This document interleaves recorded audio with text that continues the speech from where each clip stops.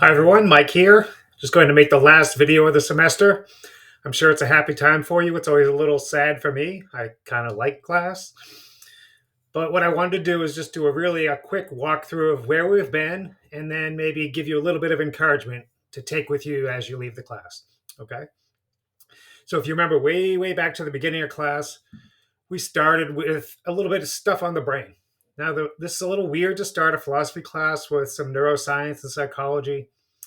And you should always remember that these are just quick ways to talk about the brain. The brain doesn't actually split into three parts, it's more just a metaphor than anything else. But it is a good way and a good, powerful way to explain how the brain works on a practical, everyday level. Okay. And so the reason I start there is because I want to create a little bit of a universality to the class. All people kind of think the same way. I know in our own side, it feels like we're special and different, and we're not the ones making mistakes. All those other people are the ones that make mistakes. But really, that's just not how the world works. We all have the same brains, we all have the same tendencies. All of us make mistakes. And that's kind of the reason I start with the physical part. It doesn't really go after you, it goes after all of us. All of us have the same kind of a brain and has the same weaknesses and strengths that we all kind of share. And so that's why I start with that brain. But pretty quickly there, my main idea for the beginning of the class and really for the whole class. And if there's one thing I get you to take away, it's this.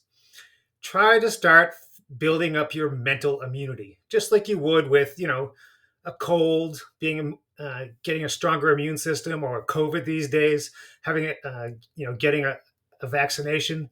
It builds up your immunity, and there's really a lot of ways you can go about this. And my main goal there is to get you to start thinking of yourself in reaction to your environment. And your environment can be all kinds of things. It could be your own brain, which you have very little control over. It can be social media.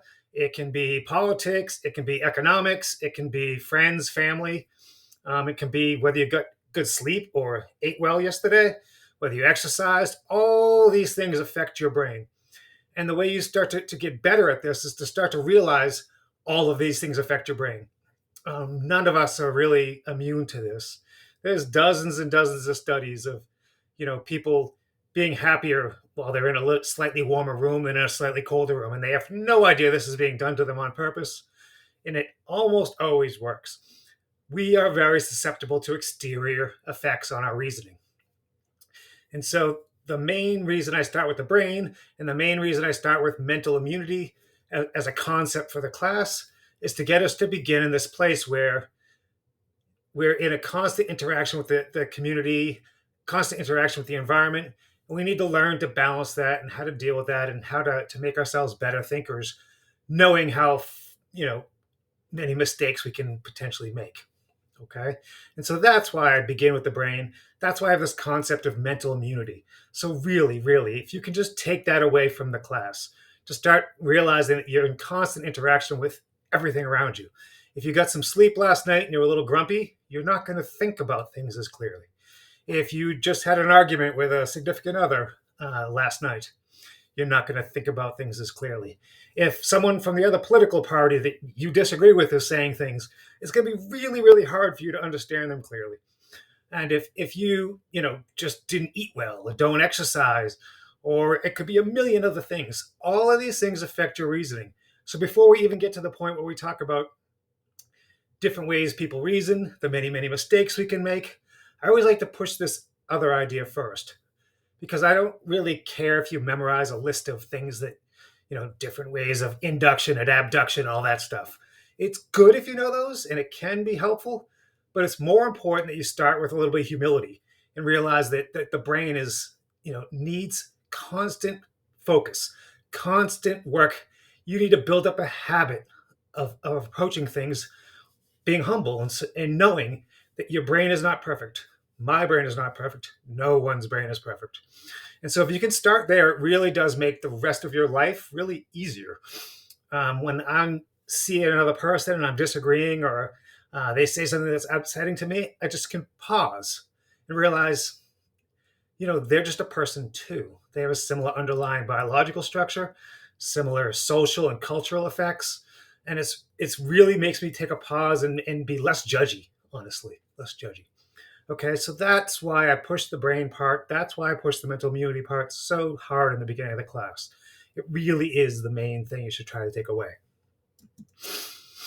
And then you remember we spent a little bit of time talking about tools. Now I just have the scout mindset up there, but there was a ton of different tools. And the reason I have scout mindset is that was the one that almost everyone really kind of likes. And so it's a good way to really just think about how to build up your mental immunity. A soldier's immunity is to constantly dig in, constantly be stronger, constantly work to be ignore the other side and just push through every single thing, no matter what the exterior is telling you. Now, as some of you noted, in some parts of life, that soldier mindset is very important. I mean, all of us need it at different points in our lives. It's not always bad. It's not always bad. However, it in our complicated, messy social world that we live in with the politics and economics and cultural disagreements and really just our daily lives of work and family and friends, a scout mindset is going to be way better at building up that mental immunity. It's going to help you to see the world more accurately. And a thing that is often missed is you need to turn that scout mindset on yourself. It's not just of seeing the world accurately, it's also about seeing your own brain, your own reasoning, your own bad reasoning sometimes accurately, and being ready and able to admit when you're wrong. Okay? The main thing you can take away from this class is that our brains are fallible. Okay? They're not always going to be right.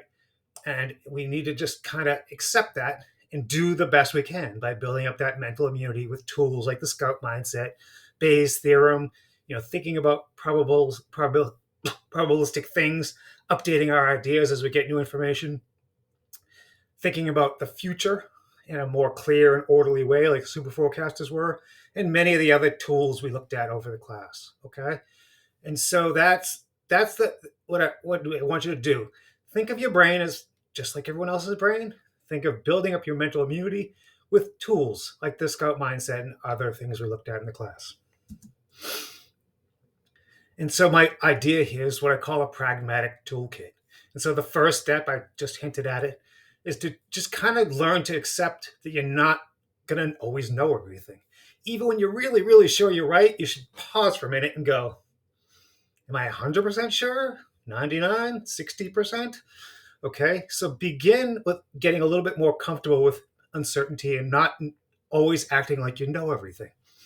And so, one thing that happens when you do this is that other people don't react as strongly against you because you're not like yelling at them and saying, I'm right, you're wrong. Okay, and that's just an ugly way to go about life, anyways. And so, if you want to actually make progress with people that you know, or someone at work, or someone at school, or just generally in culture, this kind of a take a breath, be aware of your own faults and fallible thinking is a way better place to start. Okay, and then take what I said about the brain and about uh, this approach and start to build up your mental immunity over time. This takes time. Okay, there's all kinds of tools you can learn. Meditation is a really good one. We didn't cover it in class because it's maybe a little bit outside the scope, but it's one I use. I find it very, very useful. Some philosophies, especially Stoicism, are very useful. If you're interested, just Google Stoicism. That's Stoicism, Stoicism. And there's all kinds of other things. If you want more tips, just message me. Okay. So start to build up your mental immunity with tools, mental tools that you know that you can work on and improve over time that help you see the world a little more clearly and help you see yourself a little more clearly. And another thing to keep in mind is you're going to have to keep learning for your whole life. A lot of people have that mindset that they go to school, they take some classes, they're done, nothing else to do. If you do that, you're going to solidify and you're never going to be really a very good thinker. Okay. You really got to take up a lifelong learning approach. I'm 54 right now, and I never stop. Every day I'm trying to get better and learn a little bit more, which can be tiring and sometimes I need a break, but that's the best way to approach this. So you work on being a little uncertain, work on your mental immunity, and then learn that you're going to have to change things over time. If you're stuck in the same old thing, it's probably not going to work out well. Okay. And so then finally, I wanted to end on like a little bit of encouragement. Okay. This is a really short video. I'm not reteaching the class. I just want to say goodbye with a little bit of a summary. But take this one thing away. Okay. Once you build up the mental immunity, once you start to learn to use the tools, and once you see yourself a little bit more clearly, try to share that out with other people. I have a little diagram right there. And there's this amazing thing called geometric progression. And if you can just share an idea with a couple of people, just two maybe, okay, and then they share it with two, this almost unbelievable magic happens. I know the world seems impossible to fix. I know things seem really messy and crazy. But as we know from history, things change all the time. And the way they always work is a few people have the idea, they start working with and communicating with other people, and it just explodes out. And next thing you know, the world has changed. Okay? That's how the world changes. And it all starts with you learning to be able to think a little bit more clearly and to share that out with other people. Okay? So I really enjoyed having you for the class. If you have any questions, even way after the class, you have my email. I'm happy to answer them. All right. So nice to have you. And if I never talk to you again, please share it out with everyone else. Okay. Thanks.